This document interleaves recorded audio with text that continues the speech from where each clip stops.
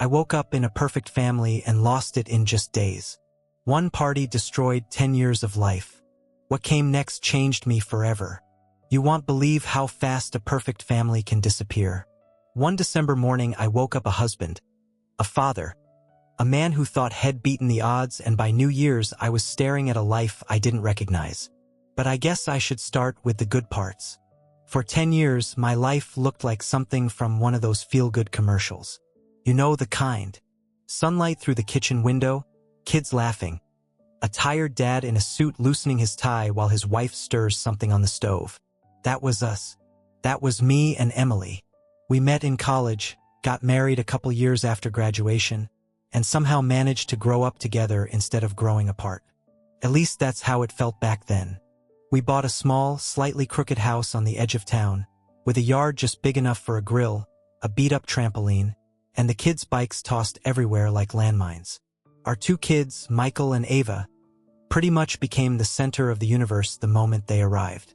Michael came first, loud, curious, always asking how things work. Ava showed up 3 years later, quieter at first, then suddenly bursting into song or laughter when you least expected it. I used to stand in the hallway some nights and just listen to them breathe through their bedroom doors, like I was guarding the world's rarest treasure. Emily and I weren't perfect, not by a long shot. We argued about small stuff, money, dishes, who was more tired. We'd snap, then cool off, then meet in the middle on the couch once the kids were asleep. She'd tuck her feet under my leg, I'd rest my hand on her knee, and we'd talk about the future. College for the kids, maybe a bigger house someday, maybe a trip to the coast when we could finally afford it. She worked in HR at a mid-sized company downtown. She liked it, or at least she said she did. I remember her coming home with stories about her coworkers, the office drama, the never-ending emails. I'd roll my eyes and joke that she basically got paid to talk to people, and she'd nudge me in the ribs and say, "Somebody in this family has to be social." I trusted her. Completely. That's the part that still stings when I look back on those years. Because if you had asked me then, standing at the grill on a Saturday, flipping burgers while she laughed with the kids, I would have told you I hit the jackpot. I would have sworn on everything that mattered that my wife would never be the one to break our home. The night everything supposedly happened, I was at home on the couch, half asleep, a game on mute and my phone in my hand. Emily's company was having their big end-of-year party at some downtown club. She'd left the house in a black dress I'd never seen before, spinning once in the hallway and asking, "Too much?" I'd smiled and said, "No, you look great. Have fun." I even meant it. She sent me a selfie from the Uber. Red lipstick, office friends in the background, all of them grinning. I sent back a dumb thumbs-up emoji and a "don't dance too hard." That was it.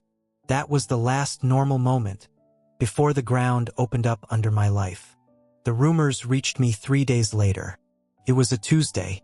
I remember because I was at work, standing by the coffee machine, staring at the same email for the 4th time, when my phone buzzed. It was Mark, whose wife, Lauren, worked with Emily. "You got a minute to talk?" I called him on my lunch break, sitting in my car in the parking lot. The sky was gray, that kind of flat winter light that makes everything look like a photograph. "Hey man, what's up?" I asked. He cleared his throat. "Look, I don't really know how to say this, and I might be wrong. I hope I'm wrong. But I do want to know if I were you." Right there, my stomach dropped. My hand started tapping the steering wheel, a nervous rhythm I couldn't stop. "Just say it," I told him. He sighed. Lauren came home from the party pretty upset. She said Emily was close with someone. That guy from her office, Tyler? From accounting? The tall one she mentioned a few times? I knew the name. I'd heard it in her stories. Tyler who loved fantasy football. Tyler who saved the day on some spreadsheet. Just a name, a face I'd never bothered to picture. "What do you mean close?" I asked, though I already knew I wasn't going to like the answer. Mark paused again. I could hear cars passing somewhere on his end. She said they were together, downstairs, near the bathrooms, hands all over each other. She didn't want to tell you, but people at the office are talking. It's getting around. She figured it'd be worse if you heard it from someone else. For a second, everything in the car went quiet. Even the air felt like it stopped moving. "That doesn't sound like Emily," I finally managed. "I know," he said softly. "Lauren said the same thing, but she swears she saw them. And apparently a couple other people did too." Details started spilling out. Which coworker had seen them first. How Emily had disappeared from their table for a while. How she came back with smudged lipstick and messy hair, laughing too loudly, avoiding certain people's eyes.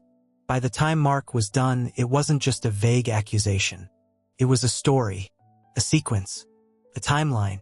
I hung up and just sat there, phone still in my hand, staring through the windshield at nothing.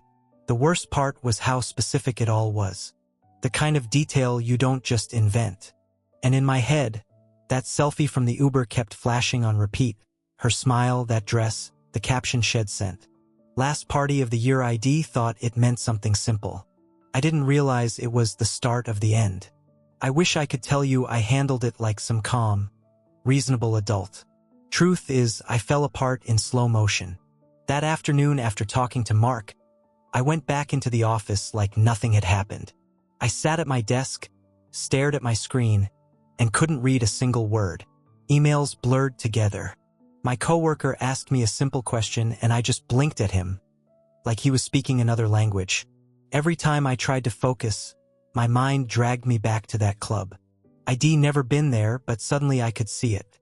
The dark corners, the loud music, people from her, and somewhere in all that noise, my wife pressed up against a wall with some guy I only knew from her stories.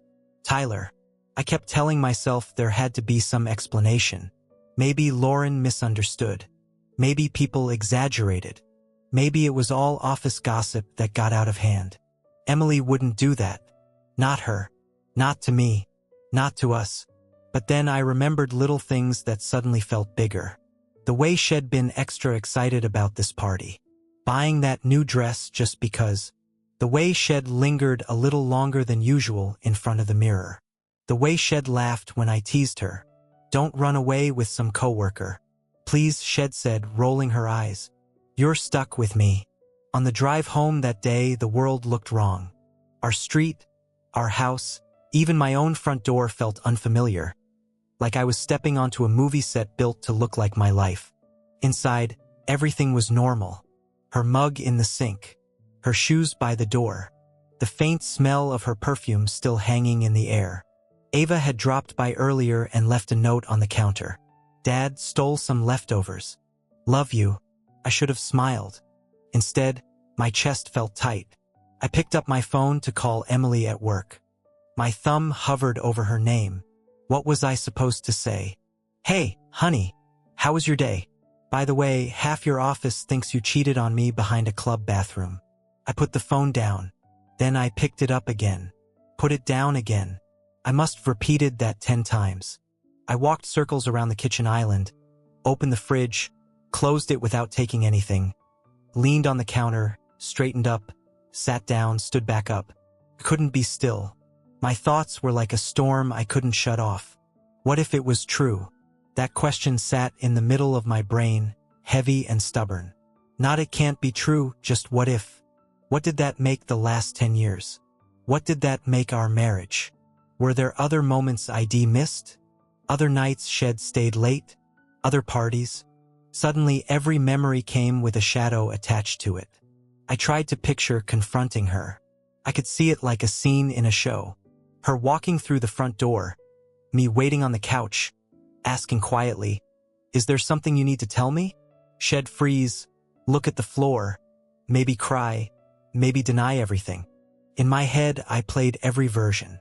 The tearful confession, the angry denial, the "it didn't mean anything," the "I was drunk," the "you're overreacting."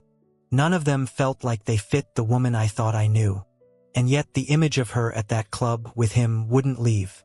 By the time the sun went down, I was just tired. Not the kind of tired sleep fixes. The kind of tired that settles into your bones.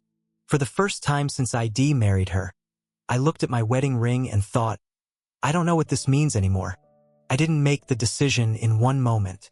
It wasn't like a movie where someone shouts, throws a glass, and everything changes. For me, it was quieter than that. Slower. Like watching a crack in a window spread a little more every day. A couple nights after I talked to Mark, I finally asked Emily about the party. We were in the kitchen after dinner. The dishwasher was humming, the TV was on low in the living room, some cooking show no one was really watching. She was scrolling her phone, leaning against the counter. I was pretending to wipe down a clean table just to keep my hands busy. "Hey," I said, trying to sound casual, "how was that end-of-year party? You never really told me much about it." She shrugged without looking up. "Oh, loud music, bad food. Same as always." Something about how flat that sounded made my skin prickle. "Who'd you hang out with?" I asked. "Your usual group?" That's when she glanced up. Just for a second. It was quick, but I saw it. This tiny flicker in her eyes. Not guilt exactly. More like fear. "Yeah," she said. "Same people." "Why?" I took a breath. I could have backed off right there. I could have swallowed it, told myself I was imagining things. Instead, I heard myself say, "Because I heard something. About that night. About you and Tyler." Her whole body went still. She set her phone down a little too carefully. The dishwasher hummed louder in the silence. I could hear my own heartbeat in my ears. "Who told you?" she asked. Not "what are you talking about?" Not "that's ridiculous." Just, "who told you?" That was the moment right there. Not the rumors. Not the details. That one sentence. "Does it matter?" I said, my voice shaking more than I wanted. "Is it true?" She looked down at the counter, then away, like maybe the right answer was hiding in the corner of the room. When she finally spoke, her voice was small. "I had too much to drink. I wasn't thinking. It didn't mean anything." There it was. The line I'd already heard in my head 100 times. Somehow it still felt like being punched. I didn't shout. I didn't throw anything. I just leaned back against a chair and felt everything inside me rearrange. 10 years, I said quietly. 10 years, Em. 2 kids. A whole life. And you threw it away on a night that didn't mean anything? Tears filled her eyes.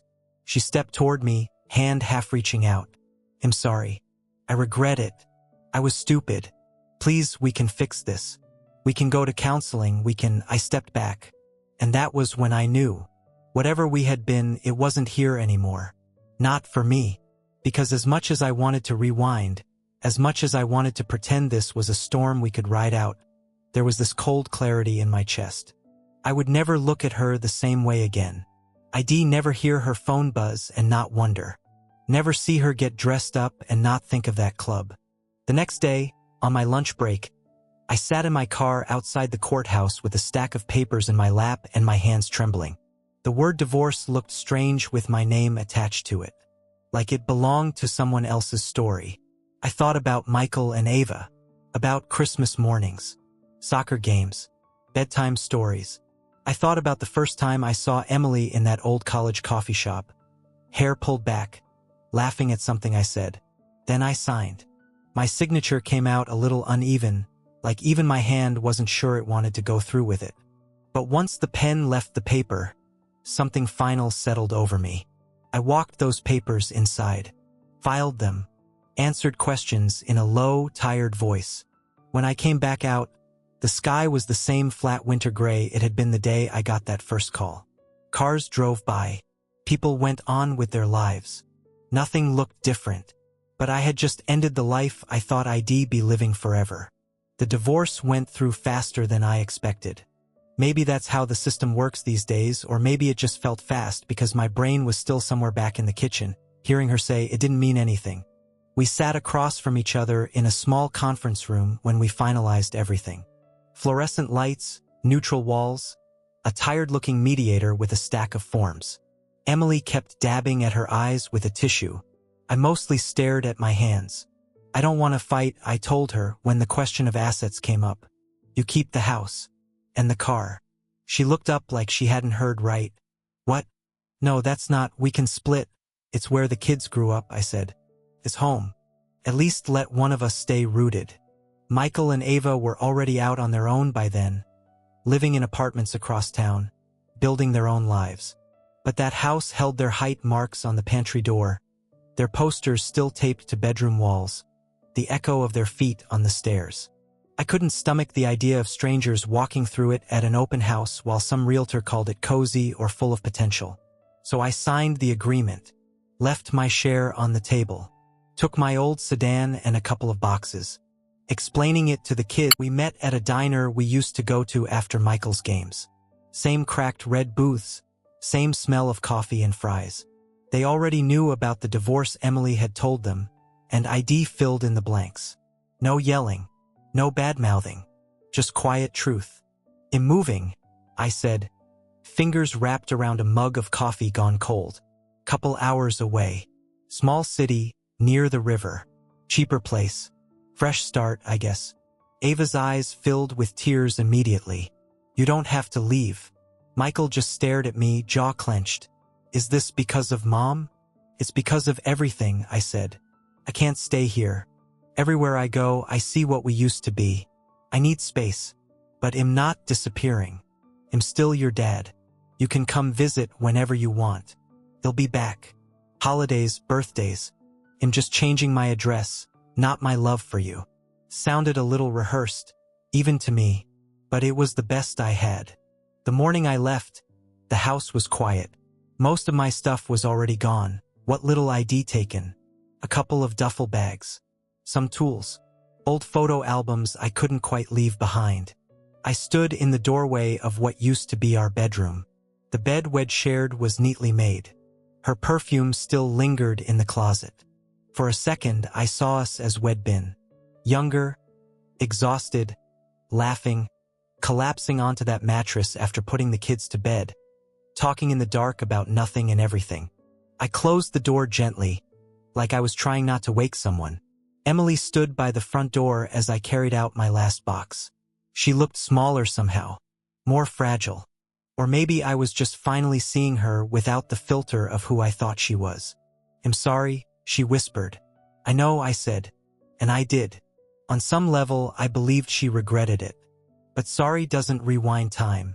It doesn't unmake a choice. We didn't hug. We didn't fight. I just nodded, walked past her, and stepped out onto the porch. Driving out of town felt like peeling off a bandage that had been stuck to my skin for years. Familiar landmarks passed by. The grocery store we'd dragged sleepy kids through. The park where Ava learned to ride a bike. The gas station where ID grabbed last-minute milk 1,000 times. Every place tugged at a thread inside me. By the time I hit the highway, my chest ached in that dull, heavy way that isn't quite a panic attack but isn't normal either. Depression, I guess. Or grief. Probably both. The new city wasn't anything special. That was kind of the point.